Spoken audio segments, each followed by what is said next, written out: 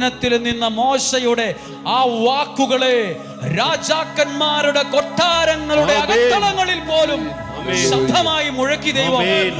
മറ്റൊരു വാക്കിൽ പറഞ്ഞാൽ അന്നത്തെ കാലത്തെ പ്രമുഖരായ പ്രശസ്തരായ വലിയ വലിയ രാജാക്കന്മാരുടെ അരമനകളിൽ, രാജാക്കന്മാരുടെ കൊട്ടാരങ്ങളുടെ അകത്തളങ്ങളിൽ ഈ വിക്കന്റെ വാക്ക് കിടന്നിങ്ങനെ മുഴങ്ങി. ഇതുപോലെ നമ്മൾ വിചാരിക്കും നമ്മളിവിടെ എത്തില്ലെന്ന്. ദൈവത്തിലും ദൈവത്തിന്റെ വചനത്തിലും നിൽക്കുന്നവൻ ജീവിതം ഒരു ഇതിഹാസമായി മാറും, അനുഗ്രഹമായി മാറും. ഓരോ വ്യക്തികളെയും ഞാൻ അനുഗ്രഹിച്ച് പ്രാർത്ഥിക്കുന്നു, സമർപ്പിച്ച് പ്രാർത്ഥിക്കുന്നു. കർത്താവേ, ഇവിടെ പലരും ഇരുട്ടിലും സങ്കടത്തിലും ഭാരത്തിലുമാണ്, പ്രയാസത്തിലാണ്, പ്രതിസന്ധിയിലാണ്, ഭാരമുണ്ട്. ഞാൻ എന്തിനാ ഇങ്ങനെ ജീവിക്കണോ വേണ്ടയോ എന്ന് ചിന്തിച്ചവരുണ്ട്.